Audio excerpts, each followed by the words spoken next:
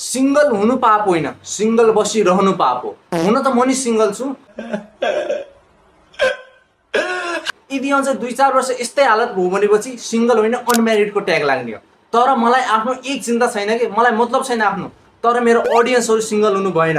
तिमीहरुको एउटा तिमीहरु जीएफ र BF deserve गर्छ मलाई सब्स्क्राइब गरेकोमा। त्यसैले आजको यो भिडियोमा हुनेवाला छ पोजहरुमाथि फुल पोजहरु सिक्नेवाला छौं हामीहरु।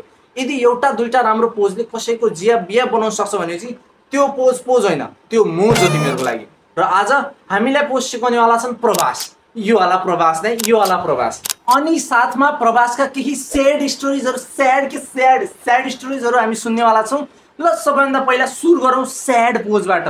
हेलो प्रभास, उ बहिनीको ब्रेकअप भएर चाहिँ राम्रो सैड पोज सिकाइदेऊ ल।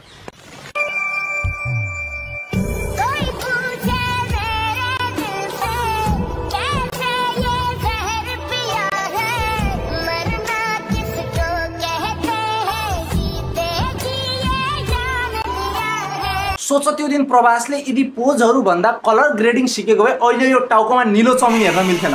अनि मलाई यो भन कि यो कस्तो पोज हो फेरि? एक सेममा 4 वटा ब्याक लागेछ भने यस्तो पोज छ। दिदी हल्का साइड जान्न। हे भगवान, मेरो बुवाको बेल्टदेखि मेरो रक्षा गर्नुस्। अब हेरौँ बेस्ट फ्रेन्ड पोजहरु।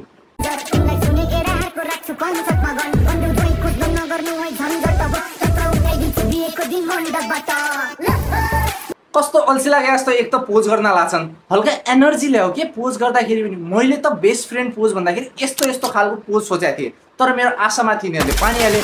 छे, यदि पोजहरुलाई साइड राख्ने हो भनेपछि प्रभासको आफ्नै सिनेमेटिक युनिभर्स छ जसमा वान साइडेड लभरहरुको सैड कथाहरु छन्। जस्तै कि धोकेबाज केटी। यसमा हाम्रो हिरो चाहिँ एउटा केटीसँग ठोकिन्छ अनि त्यसको बीएफ आउँछ गालामा चप्काइदिन्छ अनि त्यसपछि फेरि गालामा चप्काइदिन्छ। दुःख हेर केटा हो, दुःख प्रभासको। अनि अर्को त्यो साइडवाला केटा पनि सोध्छ कि मैले के गरेँ भनेर। अनि त्यसपछि भन्छ के भयो तलाई? अनि आउँछ प्लट ट्विस्ट, बम ड्रप हुन्छ। उसको जिएफ उसको एक्स साइडमा छ अरूसँग।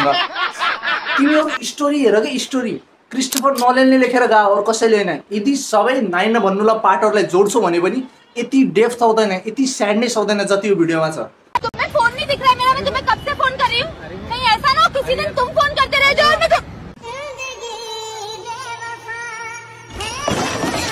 तिमीहरु स्टोरीको रेन्ज बुझ्न लाग्छौ। यो के अचम्म हुन लाग्छ स्टोरीमा।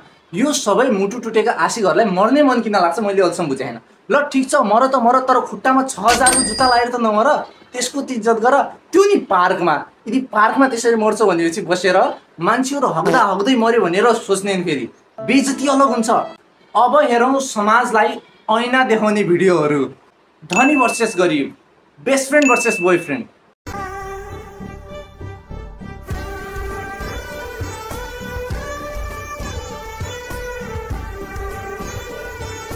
तिमीहरु यो भिडियो हेरेर भन्लाउ कि पैसा ठुलो रहेछ माया भन्दा भन्ने, तर केटाहरु मेरो नजरबाट हेर के मेरो नजरबाट यो दुईटा मध्ये कुन एंगलबाट यो धनी जस्तो देखिन लाग्छ, यो गरीब जस्तो देखिन लाग्छ।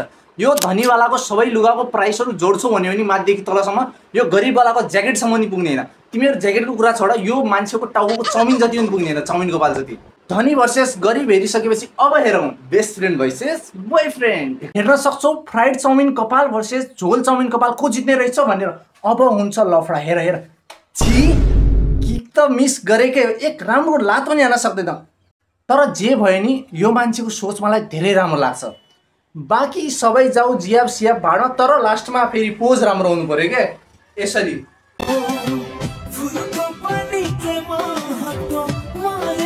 हेर मलाई थाहा थिएन जिएफ बीएफ बनाउन यति मेहनत लाग्छ भनेर। फेरि मेरो यदि घरवालाहरुले यस्तो गर्छु भनेर थाहा पायो भने चाहिँ मेरो हालत।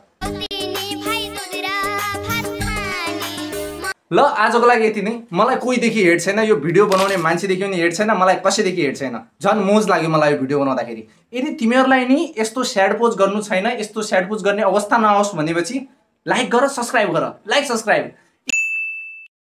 यदि केही तातो हेर्ने मन छ भने चाहिँ राइट साइडमा कलौटेको गीतमाथि भिडियो छ, अनि लेफ्ट साइडमा सिसन बानिया कन्ट्रोभर्सी हो कि केस हो कि के हो त्यो त्यसमाथि भिडियो छ। भेटौँला छिटै।20岁了，整个蛋炒，驸马郎的旗帜王啊，满皇上的会儿岁了，整个。